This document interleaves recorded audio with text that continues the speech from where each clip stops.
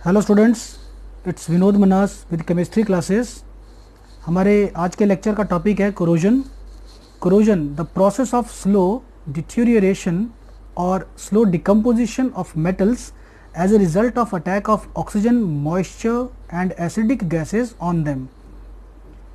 किसी भी मेटल पर जब एसिडिक गैसेस, मॉइस्चर और ऑक्सीजन का अटैक होता है जिसके कारण वो आहिस्ता आहिस्ता स्लोली डिकम्पोज होते जाते हैं, उसे कहा जाता है कोरोजन। कोरोजन में आल्सो भी defined as the process of slow eating away और slow combustion of metals due to the presence of oxygen, moisture and acidic gases in air.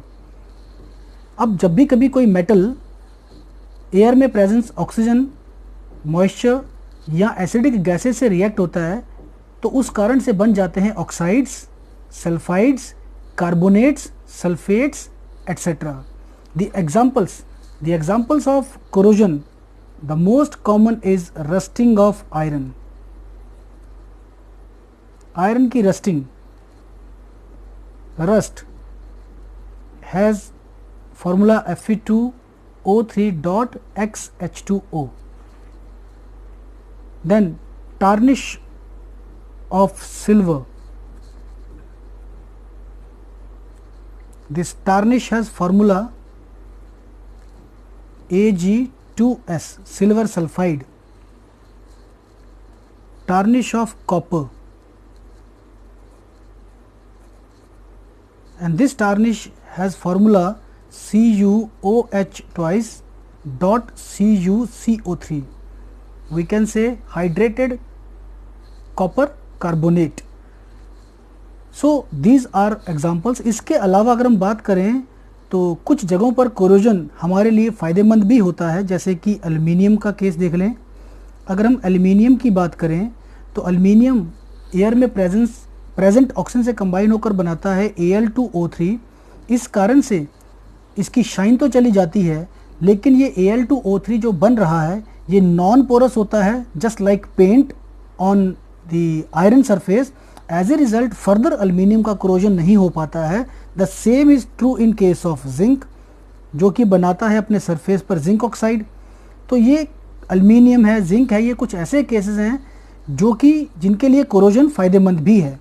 So we cannot say कि corrosion is always harmful, sometimes it may be fruitful also, but only in some cases. Factors which promote corrosion, कुछ ऐसे factors हैं जिस पर corrosion depend करता है। The first factor is your reactivity of metal.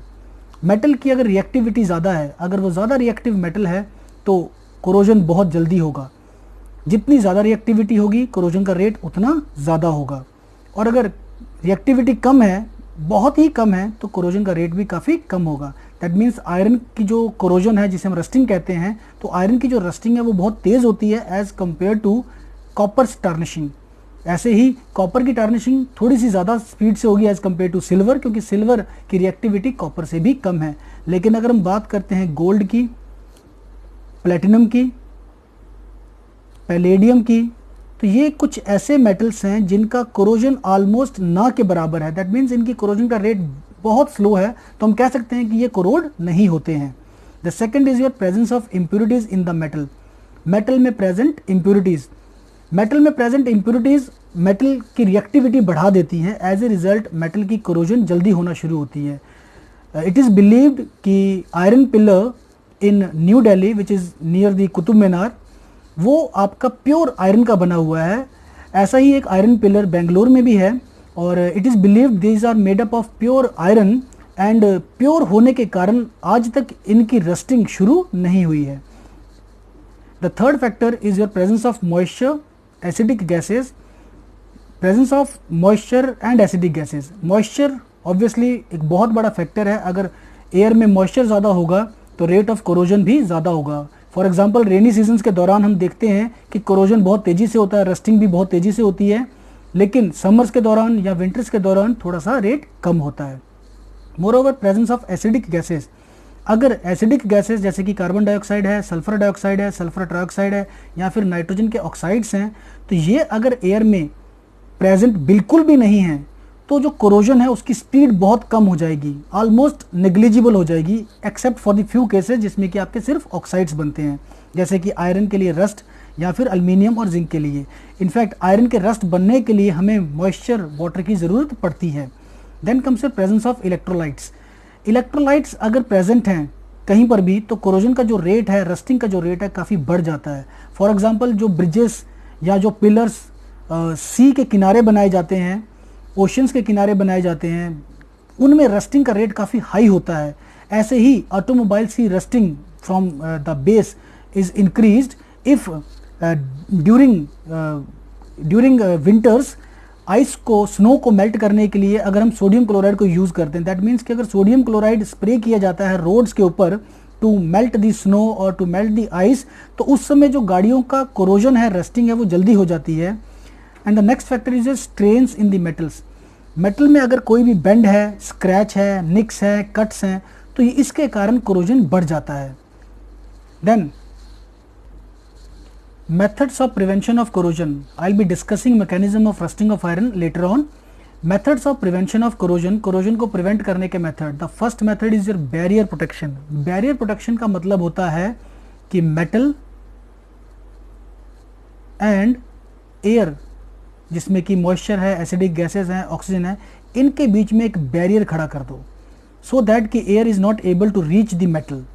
air में present moisture, oxygen, acidic gases metal तक ना पहुंचे, उसके लिए हम मेटल को अक्सर पेंट करते हैं,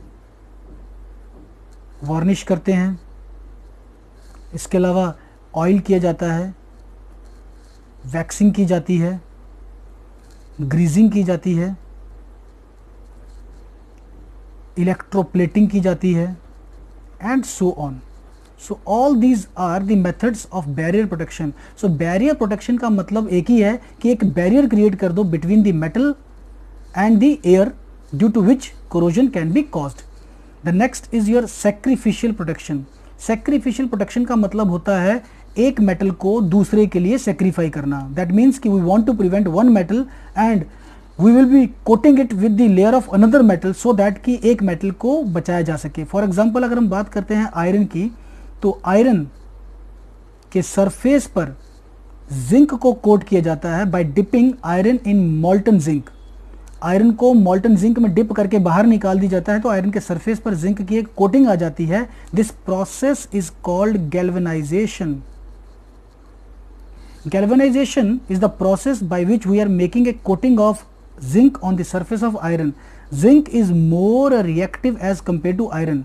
अगर हम बात करते हैं दोनों के रिडक्शन पोटेंशियल वैल्यूज की, तो reduction potential values for zinc is -0.76 volt and in case of iron it is -0.44 volt, which is clearly indicating me कि zinc is more reactive as compare to iron. तो जो ज़्यादा reactive metal iron के surface पर है वो बहुत जल्दी कोरोड होगा, लेकिन जिंक की कोरोजन के कारण बनता है zinc oxide, and zinc oxide is a non porous layer at the surface of iron. That means कि जिंक ऑक्साइड की लेयर जब तक आयरन के सरफेस पर रहेगी, आयरन की रस्टिंग नहीं होगी।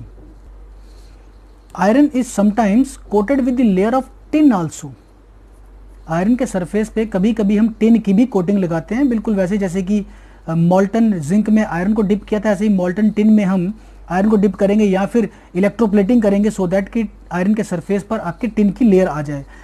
टिन जिसका कि reduction potential, the standard reduction potential of tin is -0.14 volt which is lesser than iron. That means कि टिन की लेयर जो आयरन के सरफेस पे लगी हुई, टिन अपने सरफेस पे टिन ऑक्साइड बनाएगा which is once again a protective layer like zinc oxide, लेकिन टिन की रिएक्टिविटी कम है as compare to iron. That means कि अगर कहीं टिन पर कोई क्रैक डेवलप हो जाता है, टिन की लेयर में कहीं पर भी कोई क्रैक डेवलप हो जाता है, तो ऑक्सीजन, मॉइस्चर और एसिडिक गैसेस आयरन के ऊपर जल्दी अटैक करेंगी as compare to tin, because इसकी रिडक्शन पोटेंशियल वैल्यू हाई है as compare to iron. That means iron will start rusting in preference to tin. So we should take care when iron is coated with a layer of tin. Moreover, कभी कभी zinc, magnesium, aluminium powders को भी हम paint के साथ mix करते हैं so as to make a protective coating. Then comes your electrical protection or cathodic protection. As the name suggests, cathodic protection, that means कि जिस मेटल को हमने प्रिवेंट करना है, फॉर एग्जांपल मेरी कोई आयरन की पाइप है जिसे मुझे प्रिवेंट करना है, आयरन की पाइप है जो ज़मीन के नीचे 10 फीट 15 फीट नीचे लगाई गई है, चाहे वो वाटर को कैरी करने के लिए है, चाहे वो किसी गैस को, जैसे नेचुरल गैस है या लिक्विफाइड पेट्रोलियम गैस है, या फिर पेट्रोलियम को ही कैरी करने के लिए, जो लिक्विड पेट्रोलियम है उसको कैरी करने के लिए from one place to another डाली जाती है, अगर वो आयरन की पाइप है तो sometimes we are connecting iron pipe with the pieces of magnesium. ये मैग्नीशियम के पीसेस ग्राउंड पर होते हैं. ऑब्वियसली अगर मैं कहूँ कि ये ग्राउंड है इस तरीके से, तो यहाँ कहीं पर मैग्नीशियम के पीसेस को जोड़ दिया जाता है वायर के साथ विद आयरन पाइप. अगर कहीं आयरन रस्ट होने के लिए इलेक्ट्रॉन रिलीज करता है तो उस समय magnesium becomes anode, releases the electron because magnesium is more reactive as compare to iron. Magnesium का रिडक्शन पोटेंशियल मोर नेगेटिव है एज कंपेयर टू आयरन. तो मैग्नीशियम इलेक्ट्रॉन को रिलीज करेगा, मैग्नीशियम के छोड़े हुए इलेक्ट्रॉन्स Fe डाई पॉजिटिव लेगा और फिर से कन्वर्ट हो जाएगा Fe में. That means the life of this pipe will be longer as compared to the normal life of a pipe which is not connected with a piece of magnesium.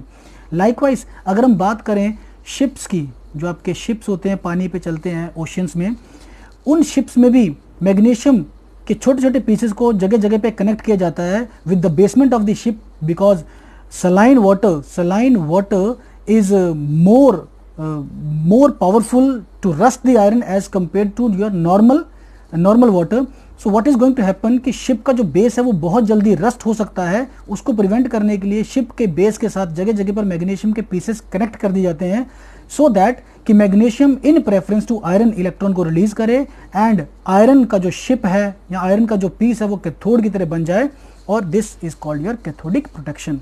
And the final one is your using anti rust solutions. Anti rust solutions जैसे कि alkaline phosphates हैं या फिर alkaline chromates हैं. These solutions are normally used as anti rust solutions so as to prevent the metals from getting rusted, particularly iron from getting rusted. Mechanism of rusting of iron, और इसे हम electrochemical theory of rusting भी कहते हैं. Let me suppose this is a piece of iron, और iron के इस piece पर मॉइस्चर, वाटर ड्रॉपलेट या वाटर का कोई ड्रॉप प्रेजेंट है. एयर में कार्बन डाइऑक्साइड गैस या फिर एयर में sulphur dioxide gas, sulphur trioxide gas या नाइट्रोजन के ऑक्साइड्स जब वाटर में डिसॉल्व होंगे तो ये एयर में प्रेजेंट एसिडिक गैसेस वाटर के साथ कंबाइन होकर के एसिड्स बनाएंगी. Let me take carbon dioxide because it is the most common. कोई और चीज़, कोई और एसिडिक गैस एयर में हो या ना हो, कार्बन डाइऑक्साइड ज़रूर होगी, and it will form your carbonic acid H2CO3. As it is an unstable and weak acid, so I will be putting a sign of reversible or equilibrium. So H2CO3 will be losing electron like this, sorry, losing proton, not electron but proton like this, H positive and HCO3 negative बन जाएगा आपका. Iron का ये जो piece है इस जगह पर एनोड की तरह बिहेव करेगा और यहाँ पर ये Fe इलेक्ट्रॉन को रिलीज करेगा कुछ ऐसे. इसके छोड़े हुए इलेक्ट्रॉन्स वाटर में ही प्रेजेंट H पॉजिटिव, वाटर में ही प्रेजेंट H पॉजिटिव से कंबाइन होंगे और बनाना शुरू कर देंगे हाइड्रोजन के एटम्स.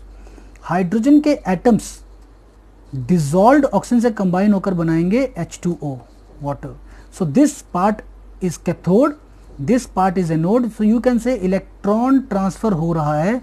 तो हम कह सकते हैं कि आयरन के सरफेस पर एक मिनिएचर इलेक्ट्रोकेमिकल सेल बन रहा है, बहुत ही छोटा सा इलेक्ट्रोकेमिकल सेल बन रहा है, क्योंकि एक जगह पर इलेक्ट्रॉन रिलीज हो रहे हैं, एनोड बन रहा है, और दूसरी जगह पर इलेक्ट्रॉन्स कंज्यूम हो रहे हैं, कैथोड बन रहा है. This Fe di positive which is formed here वो वाटर में ही प्रेजेंट है, और ये Fe डाई पॉजिटिव यहाँ कहीं पहुँच करके, इधर कहीं पहुँच करके Fe डाई पॉजिटिव ऑक्सीजन और वाटर से कंबाइन होगा so that it may make Fe2O3 along with H positive ions. तो बैलेंस करने के लिए this is going to be 4 times, 2 times, 3 times, obviously this is going to be your 8 times, so I'll write here 4 times. So this is your balanced equation. Fe2O3 iron oxide जो यहाँ बन रहा है वो iron oxide water molecule से combine होकर बनाएगा Fe2O3.XH2O. This is your rust. So this is your electrochemical theory of rusting. Thanks for watching the video.